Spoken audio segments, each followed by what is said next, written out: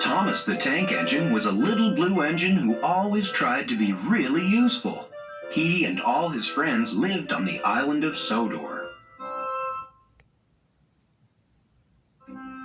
Life on the island of Sodor was very peaceful and happy, but on this beautiful island where trains could talk and the railroad was really reliable and right on time, trouble was brewing.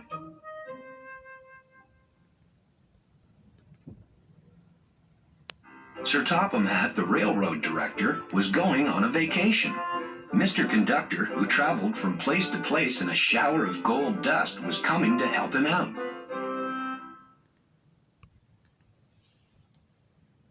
"I have to go and meet Mr. Conductor," Thomas said. "He's going to take care of us while Sir Topham Hatt is away."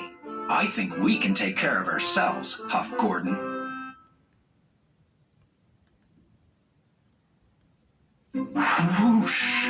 Suddenly, a big diesel engine raced past them. "Get out of my way, you blue puffballs," the diesel growled.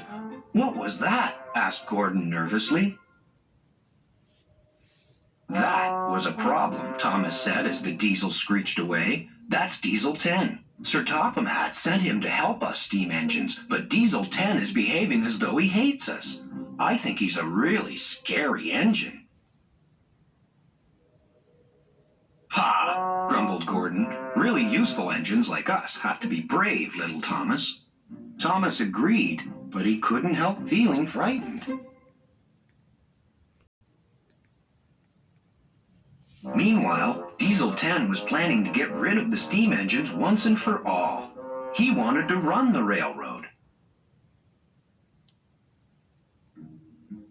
That night, Diesel 10 sneaked up to the engine shed and threatened Mr. Conductor with his jagged claw. "Make the most of tonight, Twinkle Toes," hissed Diesel 10, "because you won't like tomorrow."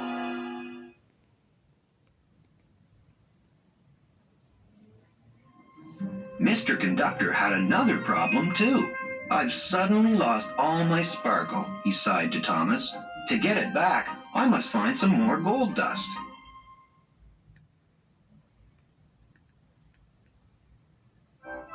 Thomas and the other engines knew they had to help Mr. Conductor find the source of the magic gold dust.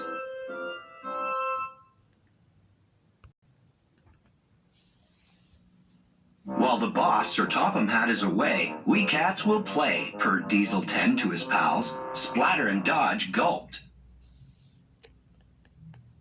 "We're going to make life miserable for those steaming heaps of trash on wheels," Diesel 10 continued.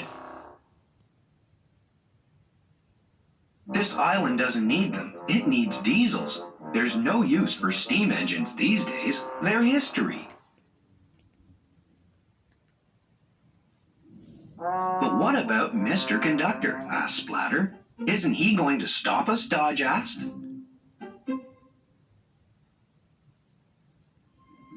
"Mr. Conductor needs his magic gold dust to keep an eye on us," snickered Diesel 10, "and I know he can't, because he's just run out."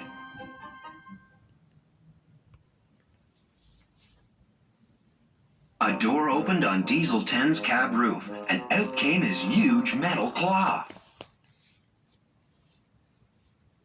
"I'll take care of all of them with this," said Diesel 10. He lifted his claw high above them, but then it dropped and hit him on the head. "I don't think he meant to do that," Splatter and Dodge said to each other. Little did the Diesels know that Toby the tram engine had overheard their plans. Toby told the other engines. Then he followed the Diesels to see what they were going to do next. The Diesels were plotting to destroy the magic buffers that led to Mr. Conductor's magic railroad.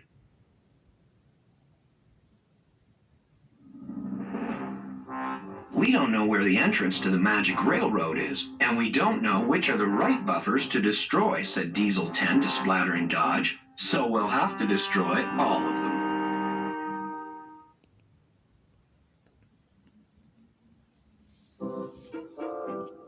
Toby knew he had to do something to stop Diesel 10.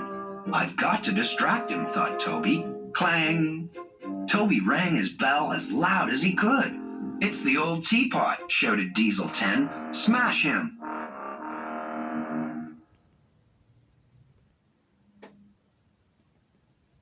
Diesel 10 tried to catch Toby with his claw, but he knocked over a pile of scrap right onto his own tracks. Diesel 10's path was blocked. "Boss, did you mean to do that?" asked Splatter and Dodge. Diesel 10 growled. "I always mean what I do."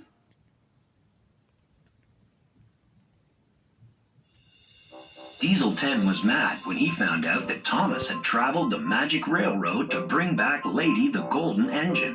Lady was the source of the magic gold dust. She could help Mr. Conductor foil Diesel 10's plans.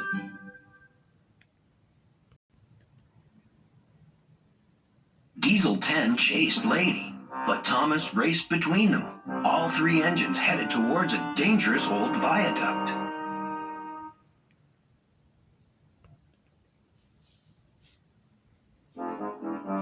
Lady crossed the old viaduct. Stones began to fall. When Thomas crossed the viaduct, more stones fell, and a big gap appeared in the track. Thomas jumped the gap just in time. But Diesel 10 couldn't stop, and he tumbled far below onto a barge filled with sludge.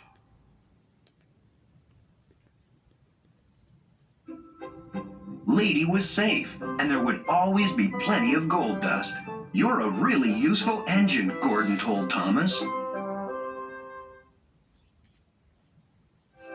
"Peep, peep," Thomas said, and puffed home into the sunset. The end.